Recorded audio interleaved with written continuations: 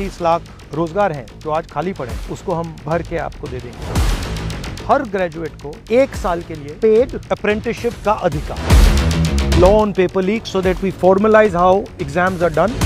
A concept where we are taking 5,000 crores so that youngsters like you can get that money to start your own business.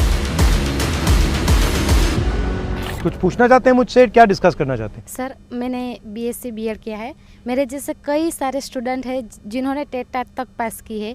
सरकार है कि वो कायमी भर्ती नहीं कर रही। तो सर जी, हमें आपसे ये उम्मीद है कि आपकी सरकार आए और हमें कायमी भर्ती मिले।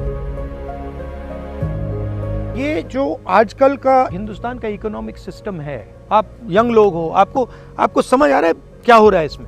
सर, जैसे ये अपने टी शर्ट या कुछ भी आता है, फ़ोन होता है, वो मेड इन चाइना या बाहर से आता है। Very good. तो प्रोडक्शन कहाँ हो रही है? बाहर से सर, चाइना में। चाइना से। तो जॉब कहाँ जा रही है? बाहर जा रही है। ठीक है, उसको बेच कौन रहा है? जो उद्योगपति और वो उनके। तो क्या हो रहा है, चाइना का माल हिंदुस्तान में बेचा जा रहा है। चाहे वो सेलफोन हो, इसके सारे के सारे कंपोनेंट्स चाइना से आएंगे, यहाँ पे असेंबल कर देंगे और फिर कहेंगे made in India. Not made, it is not made in India, it is assembled in India. Assembly में और मेक इन इंडिया में बहुत फर्क है। मेक इन इंडिया मतलब ये पूरा का पूरा जो इसका स्ट्रक्चर है, ये यहाँ बना है, लाखों युवाओं को रोजगार मिल रहा है। असेंबल्ड इन इंडिया मींस इसके सब पार्ट चाइना में बन रहे हैं और वहां पे मतलब 10, 15, 20 लोगों को जॉब मिल रहा है और यहाँ पे एक बंदे को जॉब देना वो जोड़ रहा है।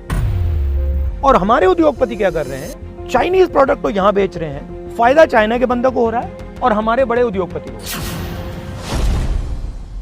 30 लाख रोजगार हैं जो आज खाली पड़े हैं, उसको हम भर के आपको दे देंगे। बिना प्रोडक्शन के सिस्टम को शुरू करना हिंदुस्तान के सामने कोई चारा नहीं। हमें सिंगल माइंडेड यही कहना चाहिए, भैया मेड इन इंडिया, चाइना में माल बिकेगा और हमारे युवा ये करके दिखाएंगे। ये माइंडसेट ये होना चाहिए। जो भी जितने भी स्टूडेंट्स ग्रेजुएट या पोस्ट ग्रेजुएट होके निकलते और कहीं जगह बाई चांस अगर वो जॉब प्लेसमेंट आ गया तो उसमें जॉब सिर्फ कॉल सेंटर। यही जो प्रॉब्लम है, इसको सॉल्व करने के लिए हमने अपने मैनिफेस्टो में एक चीज़ प्रपोज की है।